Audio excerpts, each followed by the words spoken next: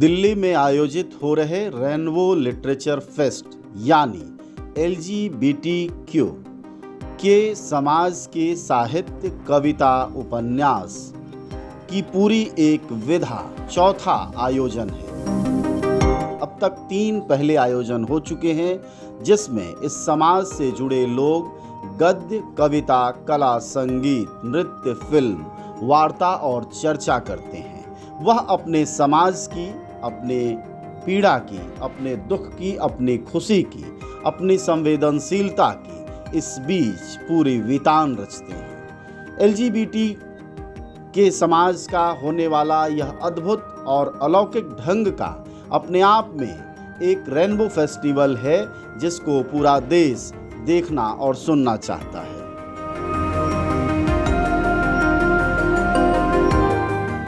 This is my first time at Rainbow Literature Festival, and I'm really glad that Sharik has put this all together.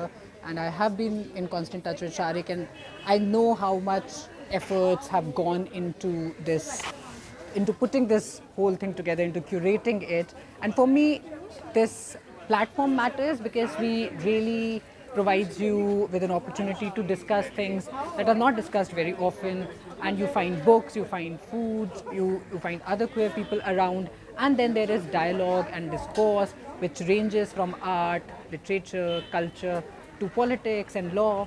So for me, in that sense, like assembling it all together and providing a platform where all these things can discuss, I think that is what Rainbow Lit Festival for me is. It is as fluid as the queerness itself.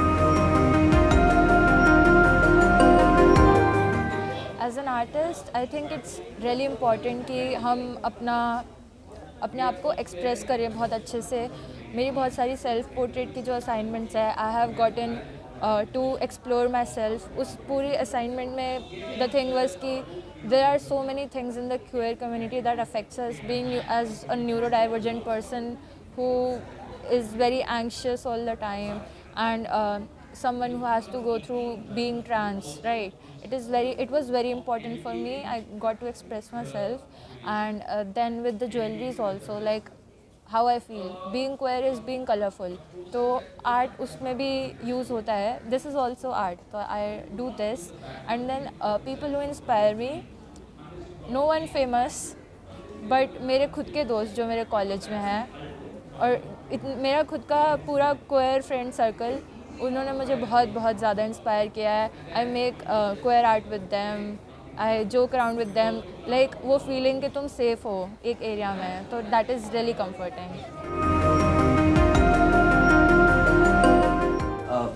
My Dalit identity कैसे आई? Like Jain said ना कि वो कुछ privileges हैं पढ़कर आ पाए हैं. सो मेरे दलित आइडेंटिटी में ये है कि मुझे लगता है कि अगर मैं दलित नहीं होता तो मेरे पास मेरी क्वेयर आइडेंटिटी की इन्फॉर्मेशन मुझ तक पहले पहुंच सकती थी, मेरे एजुकेशन सिस्टम में पहुंच सकती थी. क्योंकि मैं उस स्कूल में गया कि जहाँ पे हार्डली बच्चे हैं या नहीं हैं कोई मतलब नहीं है. आयरनिकली मेरी मॉम टीचर थे, बट वो टीचर बन गए. जैसे गवर्नमेंट स्कूल्स में टीचर बन जाते हैं, मेरी एक्सपेक्टेशंस बहुत ज़्यादा हो गई थी उनसे बचपन में कि ये टीचर है, मैं केंद्रीय विद्यालय जा सकता हूँ. मुझे याद है मैं जब नर्सरी में था, मेरी आइडेंटिटी मुझे बहुत क्लियर थी. मुझे आज भी याद है कि मुझे पता था कि बस ये कहना नहीं है पब्लिकली तो कुछ मेरे साथ गड़बड़ हो जाएगी.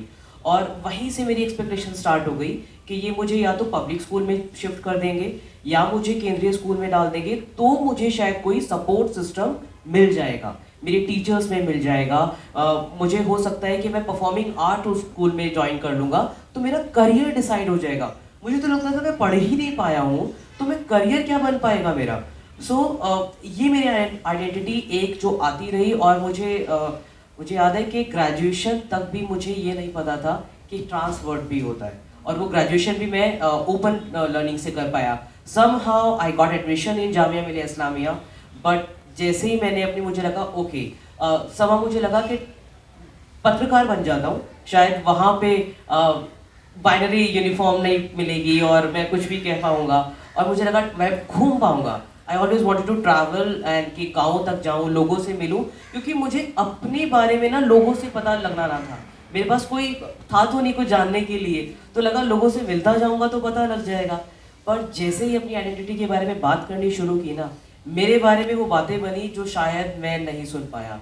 वहाँ पे मुझे सेक्स रैकेट में भी इन्वॉल्व कर दिया गया, मैं निम्फोमेनियाक भी हो गया। The same year my father passed away, and वो मोमेंट था कि जहाँ ना मैं कॉलेज जा पाया, ना मैं घर में रुक पाया, ना बाहर जा पाया, and drop out in final year. So education फिर लगा पत्रकार भी नहीं बन पाऊंगा, अब करना क्या है। और तो वो education is a one thing मुझे लगता है कि जो मेरी आइडेंटिटी के साथ जुड़ती गई है। और जहाँ मैं रहता हूँ दैट्स अ लेबर एरिया, पुरानी दिल्ली के एरिया में, और हमारे जो भी कास्ट है, सारे रिलेटिव्स भी वो है, तो मुझे लगता है कि दलित व्यक्ति अब इसको आदमी बनना है। एक जो थॉट मैं देखता हूँ मेरे आसपास में आता है कि ओके अब फादर नहीं है ना, तो शायद इसको फादर का प्लेस लेना है। And I always been a cross dresser since childhood. ऐसा नहीं है कि मैंने कुछ यूनिक किया है, हमेशा से बाल छोटे रहे हैं। ये मुझे श्योर था कि बाल छोटे रखूंगा कि शायद कहीं ना वो जीने का सहारा बन गए थे कि चलो बाल छोटे हैं, मैं थोड़ा सा लड़का जैसा दिख रहा हूँ। फ्रॉक नहीं पहननी, कुछ ऐसा ढूंढ लूंगा जो मुझे लगेगा कि ठीक है ये यूनिसेक्स है, काम चल जाएगा। टिपिकल फ्रॉक नहीं पहननी पड़ी, पर एक समय वो भी आया जब टिपिकल सूट पहने, जब टीचर ट्रेनिंग करने गया, और वो समय याद है मुझे आज तक, जहाँ पे कोई फेल नहीं होता। मेरा अगेन वहाँ ड्रॉप आउट हुआ 1 साल का, क्योंकि वो जब स्कूल्स में पढ़ाने जा रहा था, they expecting me to wear saris and suit, और वहाँ पे मेरा कास्ट बात कर रहा था, क्योंकि जो अपर प्रिविलेज जो जितने भी बच्चे थे उनकी बात सुनी जा रही थी, उनको प्लेटफॉर्म दिया जा रहा था। मेरा घर से मेरा स्कूल 3 घंटे के रास्ते पे था, 7 बजे स्कूल पहुँचना था। सो वन कैन इमेजिन कि मैं ट्रैवल कैसे करूँगा जब मेट्रोज भी नहीं थी। तो मेरी बात नहीं सुनी गई, मुझे मार्क्स नहीं मिले, मुझे एडमिट कार्ड नहीं मिला, और वो just because of my certificate.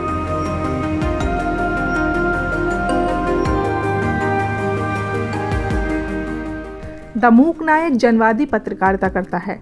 यह संविधान, लोकतंत्र और सामाजिक न्याय पर चलने वाला चैनल है।